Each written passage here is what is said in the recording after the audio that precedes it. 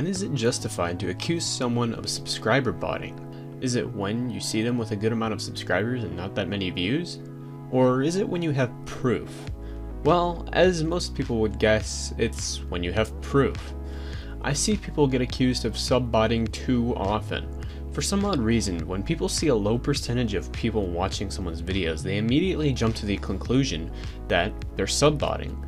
Now, remember, if you do this, you have no proof to base this claim on. Now, on the other hand, if they find proof of someone sub-botting, then it's okay to point it out. Let's say you found them on a botting website or something like that. In that case, it's okay to accuse them of it. But if you are going off the fact that they have an inactive subscriber base, then you are either ignorant of the fact that that isn't proof, or you want to send hate his way. Look at PewDiePie, only about 7% of his subs actually watch his videos, but you don't see anyone accusing him of sub-botting. Now, when it comes to how people get inactive subscribers, there are quite a few ways that this can happen. In fact, it's quite a bit more common than you may think. So, the first and most obvious way of people getting inactive subscribers is by subscriber burn. This is usually caused by being inactive for a short amount of time. For some odd reason, when someone doesn't upload for a while, it considers you inactive with their videos. Now, when this happens, YouTube doesn't show all the uploads from the person because the algorithm doesn't think you care. I'm guessing you all know this because the game theorists were the first to bring it up on video, which, if you haven't seen the video, you should probably check it out. It's actually a really good video. Anyway, the next factor that plays into getting inactive subs is people simply losing interest. Tell me, when was the last time you unsubscribed from someone? I would guess you don't do it very often, or at least I don't. You see, sometimes people just lose interest. Whether it's from your content not being as good, or them not enjoying your videos anymore, people just stop watching other people's videos sometimes. I know a lot of people I was subscribed to back in 2013 that I just don't watch anymore. I don't have any interest in watching their content anymore. It's not as if their videos were bad, I had just seen enough of them. I have to say, this definitely affects Let's Play channels the most. This is because most Let's Players have very repetitive content. With a lot of people, you can just watch 2 or 3 of their Let's Plays and basically know how their videos will be from there on out. This is why I feel like people like Leafy will die out one day. The kind of content can be really repetitive, and eventually people will stop finding his content enjoyable because of how much they've seen. This is probably the #1 thing affecting how people get inactive subs. That would be my guess anyway. Another way people can end up with inactive subs is from some sort of shoutout series. This one directly affects newer people that only care about gaining subs. Let's say I was a new YouTuber and I really wanted to gain subs. Now one day I come across a shoutout video where he says all I have to do is subscribe to him and just write a comment and he'll give me a shoutout. So I subscribe because I really want a shoutout. So I watch his next shoutout video and guess what? He gave me the shoutout.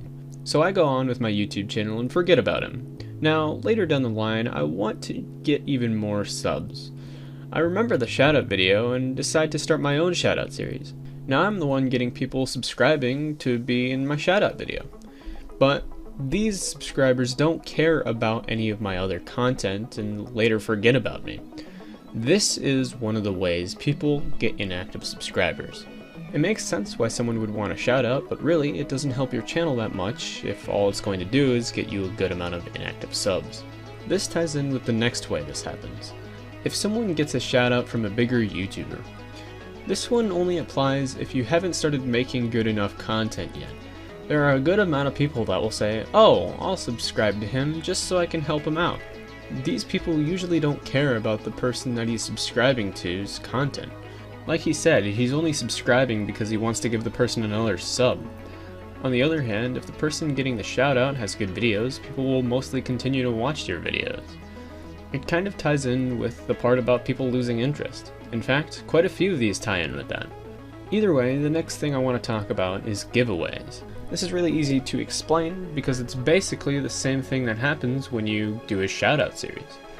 People would only subscribe for the giveaway and nothing else. Then from there, they just don't care about your videos. Although giveaways can be a nice reward for your already existing subscribers, it's not something you want to use to gain subs. This last one has specifically happened to me. When you change the kind of videos you make, people will stop caring.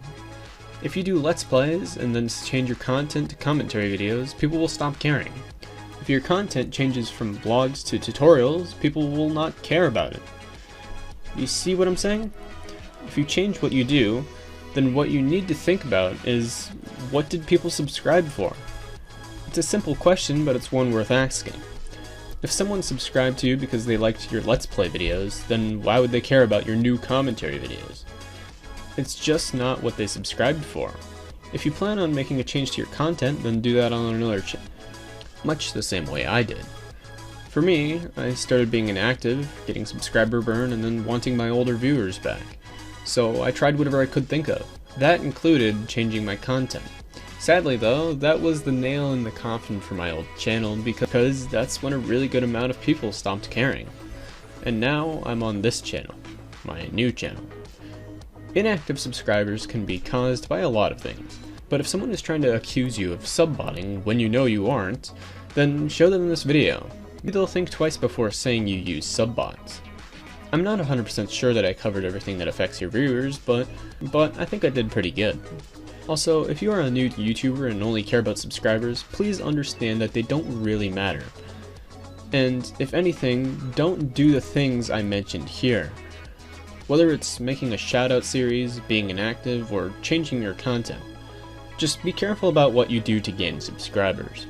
Anyway, best of luck to all of you. So those were my thoughts on inactive subscribers, and what you can do to avoid them.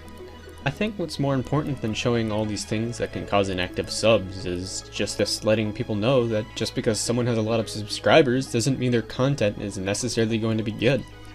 And if someone has a lot of subs and bad content, that doesn't automatically mean they're using subbots. Anyway, I think I've said about everything I wanted to say. So yeah, I'm done. Anyway though, I want to thank you all for watching. Please comment, like, and subscribe. I will see you all next time.